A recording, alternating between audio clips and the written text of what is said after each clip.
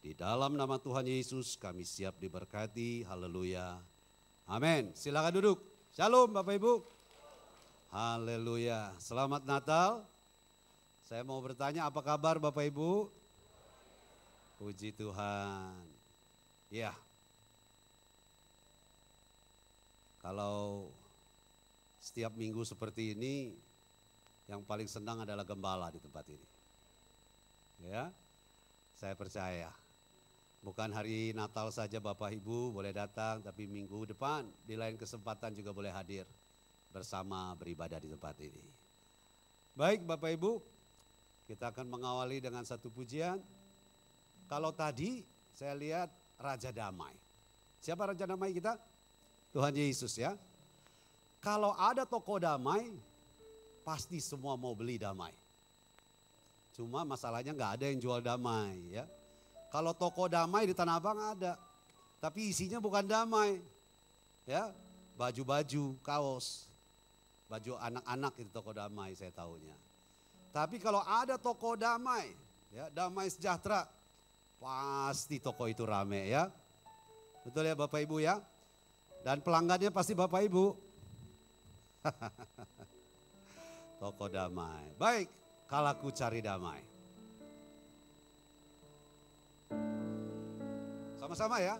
Kalau ku cari damai, hanya ku dapat dalam Yesus. Kalau ku cari ketenangan, cari ketenangan, hanya ku temui di dalam Yesus. Tak satu pun dapat menghiburku, tak seorang pun dapat menolongku. Hanya Yesus, jawaban hidupku. Oke ya, sama-sama ya Bapak Ibu ya. Kita belajar. Cari damai, hanya ku dapat. Amin. Kalau ku cari ketenangan, hanya ku temui di dalam Yesus. Tak satu pun dapat menghiburku, tak seorang pun dapat menolongku. Siapa? Hanya Yesus, jawaban hidupku. Bersamanya hatiku damai dalam lembah kegelapan. Bersama Dia. Amin Tuhan. Hanya Engkaulah yang bisa kami cari untuk kami damai dan tenang. Tak satu pun dapat menghiburku, tak seorang pun dapat menolongku. Hanya siapa? Yesus, jawaban hidupku. Amin Bapak Ibu. Hanya siapa yang bisa membuat kita damai? Hanya Yesus. Tidak ada lagi yang bisa membuat kita damai. Kekayaan, harta benda, jabatan tidak bisa membuat kita damai. Tidak bisa membuat kita bersukacita, damai sejahtera. Yang hanya bisa membuat kita damai. Siapa Bapak Ibu? Hanya Tuhan Yesus. Hari ini Yesus lahir membawa kabar baik.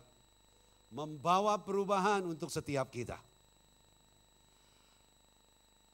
Beberapa hari kemarin saya datang ke Wali Kota Jakarta Barat karena saya ingin membeli suatu bidang tanah. Dan saya membawa fotokopi sertifikat untuk bertanya kepada Wali Kota di tempat Jakarta Barat. Cek kebenaran akan sertifikat tersebut. Dan saya menemui suatu kejadian fenomena yang belum pernah saya lihat selama saya hidup di Jakarta. Biasanya kalau kita ke kantor pemerintahan. Kalau kita tidak pakai uang, tidak mungkin kita dilayani dengan baik. Betul ya Bapak Ibu? Tapi hari itu Bapak Ibu, saya dilayani dengan begitu baik, begitu ramah, begitu luar biasa.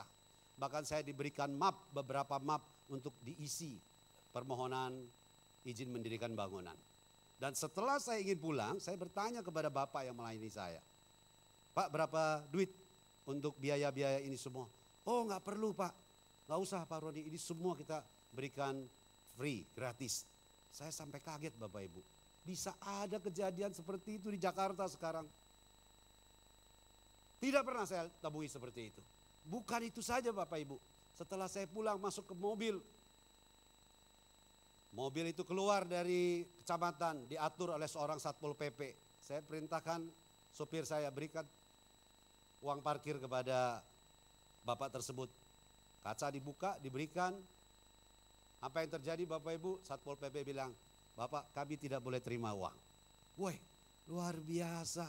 Rupanya pemerintahan sekarang jujur-jujur rupanya. Ya? Haleluya. Ini sesuatu yang luar biasa saya lihat. Sesuatu perubahan yang dahsyat luar biasa.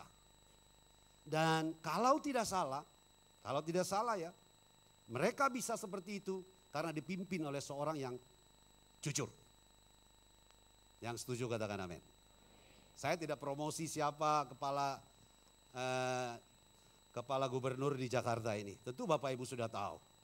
Ya, seorang yang takut akan Tuhan. Ini yang saya mau sampaikan. Suatu perubahan. Kalau seorang pemimpin berubah, pasti bawahan juga berubah. Setuju gak Bapak Ibu? Jadi semua itu dari pemimpin dulu. Kalau kita ke pasar beli ikan, yang kita lihat palanya dulu atau buntutnya dulu. Kepalanya dulu, kalau kepalanya busuk, bau, badannya pasti bau. Betul ya? Jadi kalau kepala seger, pasti badannya juga seger. Nah seperti itulah. Jadi ini yang saya mau sampaikan kepada Bapak Ibu. Suatu kejadian yang gak pernah terjadi di Jakarta. Jadi kalau begitu Jakarta sudah mulai berubah. Indonesia sudah mulai berubah. Kalau Jakarta sudah mulai berubah, kita belum berubah, kita ketinggalan Bapak Ibu. Betul ya? Kalau Jakarta sudah berubah, ya para petugas, pejabat sudah mulai berubah. Memang enggak semua, masih ada yang tidak berubah. Tapi kita lihat, sudah berbenah untuk berubah. Dimulai dari kepala. Dan kita percaya, siang hari ini, judul tema Natal kita apa Bapak Ibu? Dia datang membawa perubahan. Perubahan yang baik, enggak ada perubahan yang menjadi jelek. Ya, yang namanya jelek itu bukan perubahan, itu terjerumus. Kalau yang namanya perubahan, pasti yang dari tidak baik menjadi baik. Nah, ini yang saya mau bagikan kepada Bapak Ibu hari ini. Ya, sharing firman Tuhan yang sederhana. Yesus datang membawa perubahan. Sebelum kita masuk dalam pemberitaan firman, satu pujian mau mengiringi Bapak Ibu sebagai kado Natal untuk jemaat di GBI Glow Season City. Karena itu nilai jual saya. White Christmas. May your days be merry and bright,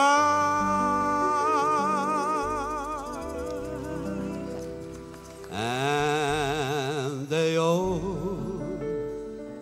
your Christmases be white.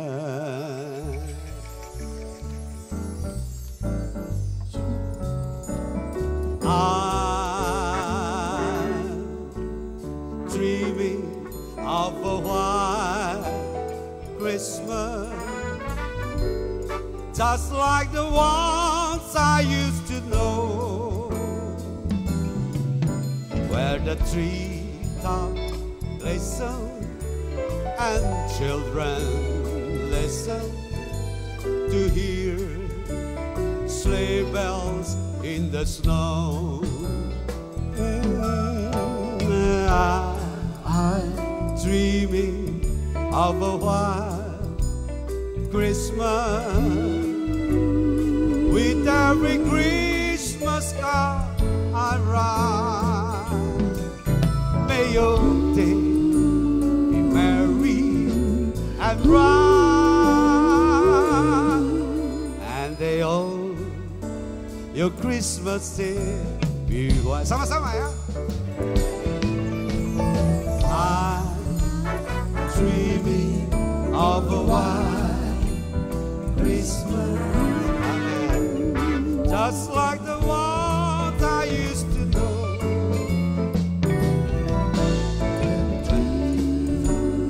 Listen, and children, listen to hear sleigh bells in the snow.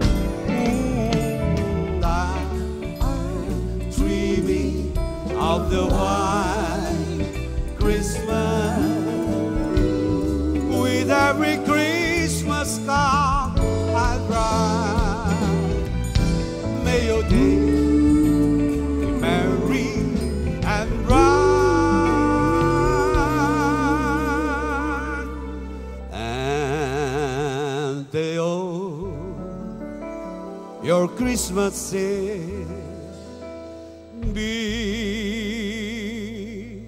white.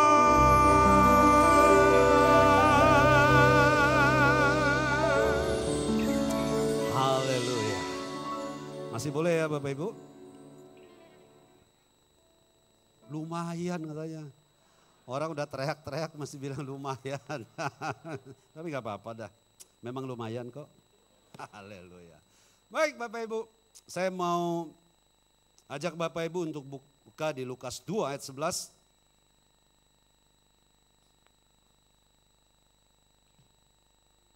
Saya bacakan.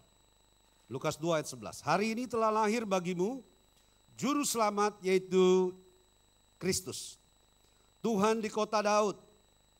Di mana ini Bapak Ibu? Di Bethlehem ya, di daerah Nazaret. Ayat 12. Dan inilah tandanya bagimu, kamu akan menjumpai seorang bayi dibungkus dengan lampin dan terbaring di dalam palungan. 13. Dan tiba-tiba tampaklah bersama-sama dengan malaikat itu sejumlah besar bala tentara surga yang memuji Allah, katanya, kemuliaan bagi Allah di tempat yang maha tinggi dan damai sejahtera di bumi di antara manusia yang berkenan kepadanya. Bapak Ibu kadang pasti berpikir ya, kenapa Tuhan mau lahir di Bethlehem? Bethlehem itu adalah salah satu kota kecil, bukan kota besar. Ya, kota yang bukan kota seperti kota Jakarta ini. Kota yang kumuh, kota yang kotor, ya Bapak Ibu. Dan itu adalah daerah yang bernama Nazaret. Dan di Matius 2 ayat 6 saya mau bacakan. Dan engkau Bethlehem, tanah Yehuda, engkau sekali-kali bukanlah yang terkecil di antara mereka yang memerintah Yehuda. Karena daripada mula akan bangkit seorang pemimpin yang akan mengembalakan umatku Israel. Matius 2 ayat 6 Alkitab mengakui bahwa Bethlehem adalah kota yang kecil, kota yang terpencil, bukan kota besar. Ada lagi di Yohanes 1 ayat 46 Bapak Ibu, saya bacakan. Kata Natanael kepadanya, mungkinkah sesuatu yang baik datang dari Nazaret? Nazaret adalah daerah yang juga bukan daerah yang termasyur, daerah yang kotor, kumuh. Tetapi Tuhan mau memilih Bethlehem untuk dilahirkan di sana. Lebih dari itu Bapak Ibu, bukan hanya tempat yang kecil dan kotor, tetapi Tuhan memilih kandang, di mana palungan, tempat di mana Yesus dibaringkan. Kalau Bapak Ibu lebih lagi mau tahu apa itu palungan. Palungan adalah tempat di mana kotak tempat makanan binatang. Dan di sana pasti bukan tempat yang bersih, tempat yang kotor, tempat yang bau, bahkan tempat yang jorok. Tetapi Tuhan memilih tempat itu untuk dibaringkan dan dilahirkan di tempat itu. Makna Natal pada siang hari ini Bapak Ibu, Yesus ingin membawa suatu perubahan. Bapak Ibu tahu sekarang tempat di mana Yesus dilahirkan, tempat palungan itu sekarang menjadi gereja, ya, gereja besar yang bernama Church of Nativity. Gereja besar, tempat di mana mata dunia tertuju kepada tempat ini. Seluruh dunia mempersembahkan persembahan, baik dupa yang harum, ya, baik emas, apapun yang dianggap sesuatu yang berharga dikirim ke tempat ini. Nah, sekarang tempat itu menjadi tempat yang sangat dimuliakan. Jadi Bapak Ibu yang dikasihi oleh Tuhan, kalau dulu tempat ini kotor, tempat ini jorok, bau, Bethlehem yang tempatnya kecil terpencil, bukan tempat yang termasyur, tetapi hari ini tempat ini menjadi tempat yang termasyur, tempat sentral mata dunia ditujukan ke sana. Karena apa? Karena Yesus lahir di tempat itu. Amin Bapak Ibu. Jadi Tuhan Yesus yang datang ke dunia ini bisa mengubah yang kotor menjadi bersih. Amin. Yang tadinya jelek, kotor, bau, jorok, menjadi tempat yang mewah, yang megah. Bahkan keindahan semarak boleh terlihat di gereja sekarang ini. Jadi Bapak Ibu yang dikasihi oleh Tuhan, kalau kita undang Yesus masuk di dalam hati ini, maka hati ini yang tadinya kotor, yang hati ini yang tadinya gelap, menjadi terang, menjadi bersih, menjadi sesuatu yang luar biasa, menjadi berkat bagi banyak orang, sehingga dalam kehidupan kita nama Tuhan dipermuliakan. Amin Bapak Ibu. Jadi undang Yesus masuk di dalam hidupmu. Masuk ke dalam mana Bapak Ibu? Masuk ke kantong. Masuk ke mana? Masuk ke hati, masuk dalam hidup kita Bapak Ibu.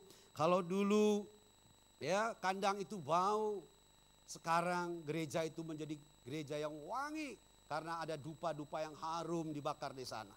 Ya, ada perubahan. Ya.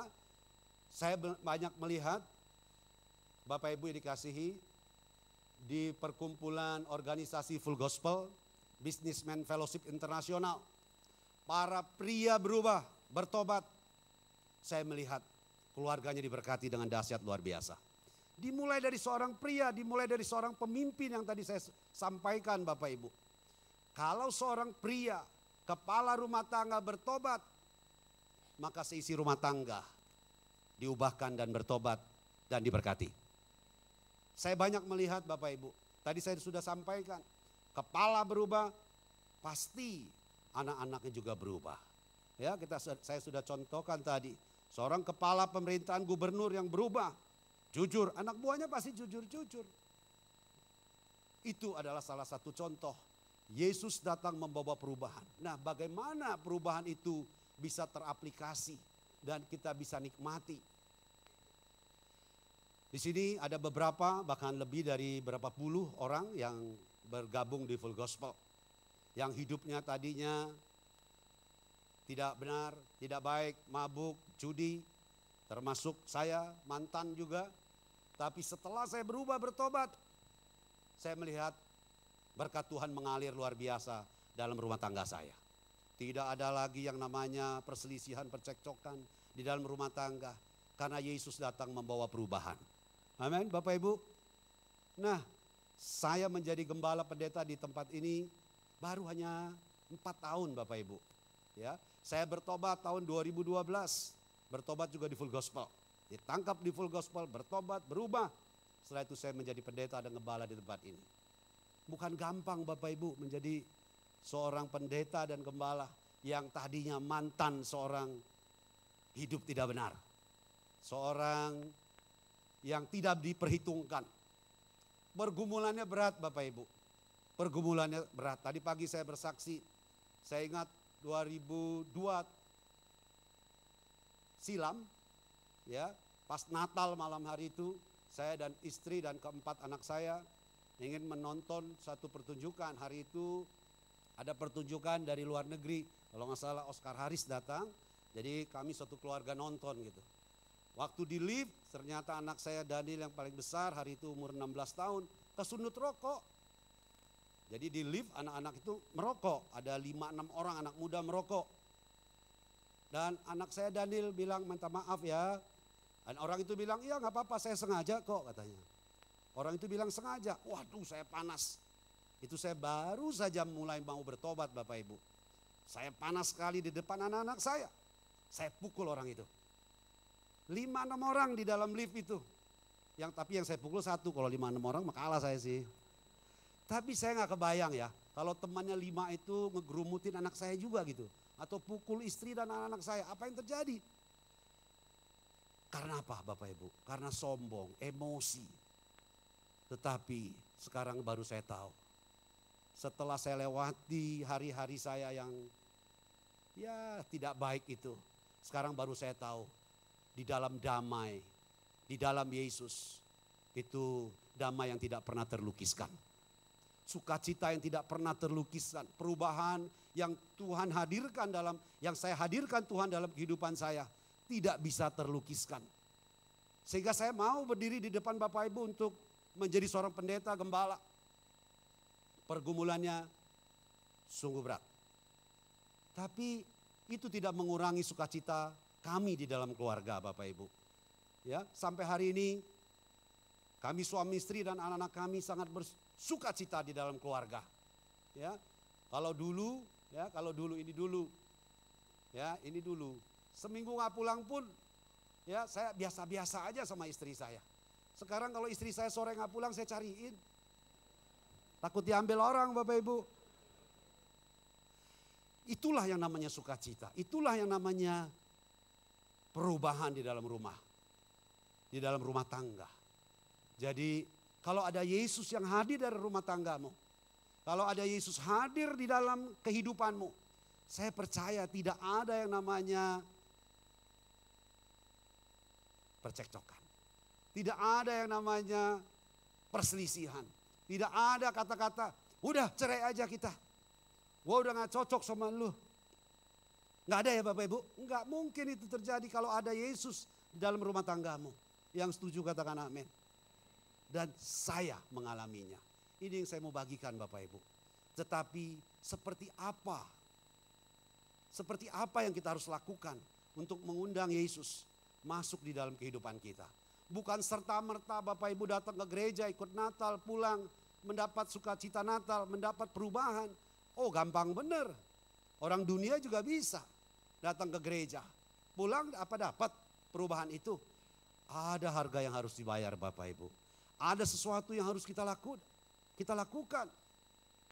Ya. Tuhan Yesus bilang, kalau kita hadirkan Tuhan Yesus di dalam kehidupan kita, maka ada mujizat di dalam rumah tangga kita. Itu udah pasti kita sering dengar. Kalau dulu Tuhan Yesus mengubah air menjadi apa? Air anggur. Bukan jadi anggur, air menjadi air anggur. Itu yang dulu, itu dulu. Kalau sekarang saya lebih hebat lagi Bapak Ibu. Saya mengubah air anggur jadi mobil. Percaya nggak Bapak Ibu? Nah bingung kan? Saya bisa mengubah air anggur menjadi mobil. Dengarkan baik-baik, ini tip Natal 2015. Jadi Bapak Ibu bisa bikin mobil, beli mobil mulai hari ini dengan air anggur. Begini caranya ya. Kalau dulu saya minum wine satu hari 2 botol contoh. 2 botol 500.000 Bapak Ibu. Bisa 1 juta. 1 bulan berapa? 30 juta. 1 tahun berapa? 360 juta. Setahun saya beli mobil. Amin Bapak Ibu. Berarti saya kalau tidak minum wine setahun saya bisa beli mobil. Berarti saya bisa mengubah air anggur menjadi mobil. Itu dia. Jadi kalau ada Yesus di dalam hidupmu, banyak mobil-mobil yang ada diubahkan di dalam keluargamu. Ya, Air anggur jadi mobil bisa 10 tahun. Kalau nggak minum beli rumah. Kan begitu Bapak Ibu. Betul nggak? Jadi kalau dulu air menjadi anggur, sekarang air anggur menjadi rumah, mobil gitu. Tapi jangan sampai air anggur dirubah menjadi bini muda. Nah, itu nggak boleh. Itu nggak boleh ya Bapak Ibu.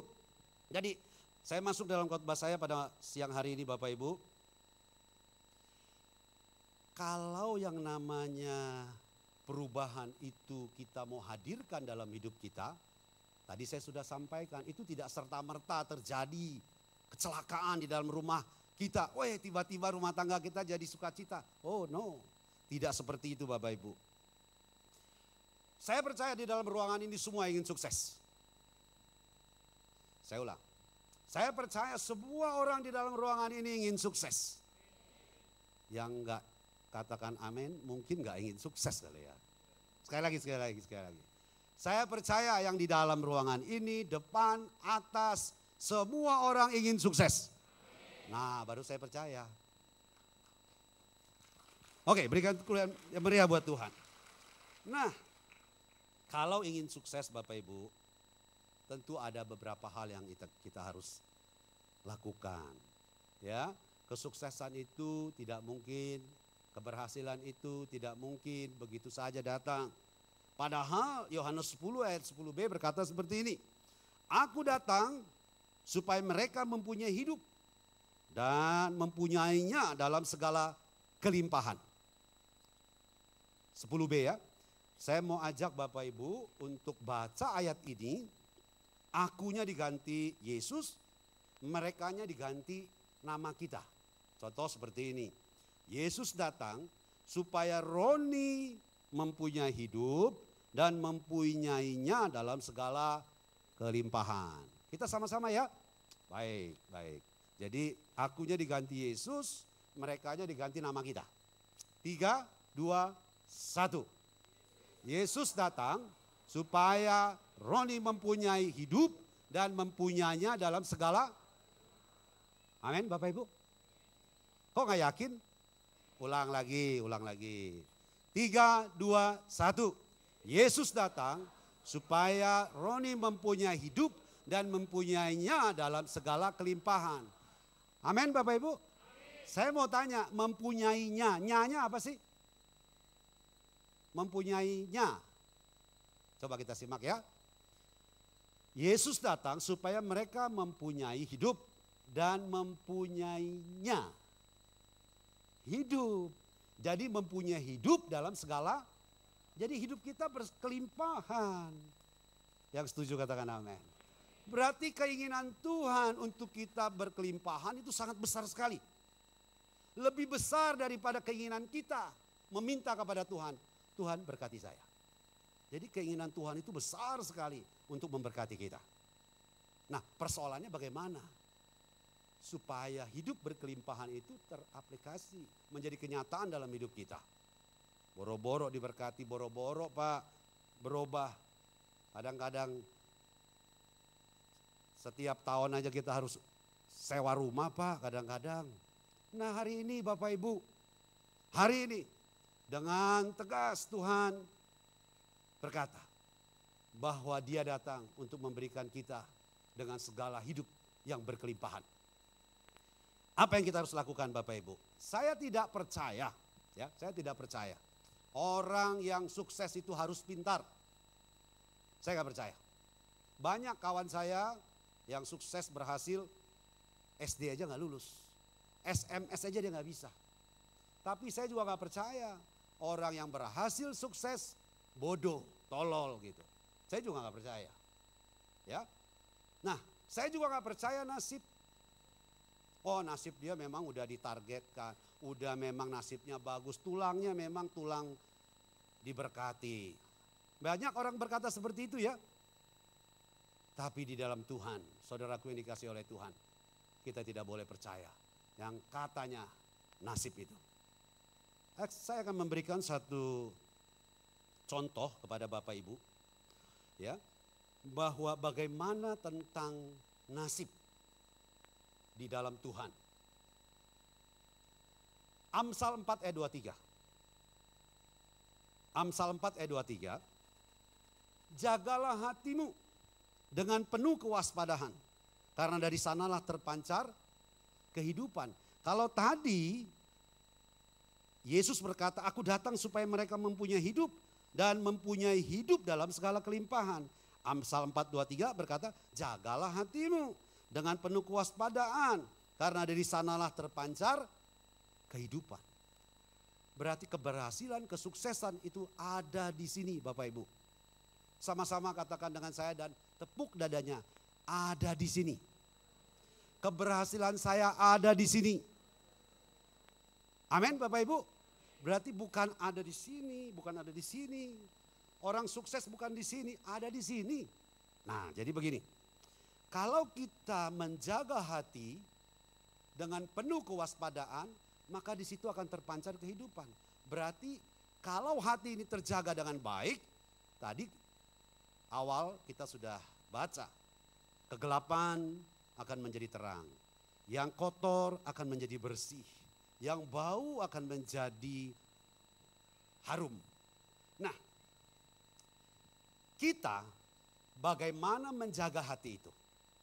Pada saat berjalan, saya umpamakan seperti ini. Kalau jalan ini penuh duri, banyak duri, kita tidak perlu harus mencabut semua duri itu baru kita berjalan. Nggak perlu harus seperti itu. Dengan kita menggunakan alas kaki, kita boleh jalan di jalan yang penuh duri. Setuju Bapak Ibu ya? Berarti apapun duri yang ada di jalan, tetap aja kita jalan, gak ada masalah. Orang kita pakai alas kaki, kita menjaga kaki kita dengan alas kaki. Nah, kalau penghakiman, gosip, fitnah, kritik yang diucapkan penghakiman orang lain kepada kita, kalau kita terpengaruh, itu namanya kita tertusuk duri. Nah, bagaimana untuk menjaga hati supaya jangan tertusuk oleh yang namanya penghakiman, gosip, fitnah? Tadi saya sudah sampaikan, kalau Tuhan itu hadir di dalam hatimu, kalau kasih itu hadir di dalam hatimu, maka hati ini akan terjaga dengan penuh dengan kewaspadaan. Amin. Kita tidak akan pernah tertusuk duri-duri itu, sehingga hati ini bisa terjaga. Tadi saya sudah peragakan kepada Bapak Ibu, keberhasilan, kesuksesan itu hanya ada di sini. Saya akan buktikan. Seorang yang bernama Tyrone Edward berkata seperti ini. Hati menjadi sumber daripada pikiran. Jadi begini Bapak Ibu. Kalau saya ingin ke Israel, saya nggak mungkin bilang seperti ini. Aduh, gue mau ke Israel tahun depan. Enggak, pasti saya bilang begini. Suatu saat saya dan istri dan anak-anak dan keluarga mau ke Israel. Begitu ya, pasti ya. Pasti seperti ini. Jadi hati ini menjadi sumber daripada pikiran. Nah, pikiran menggiring kepada tujuan.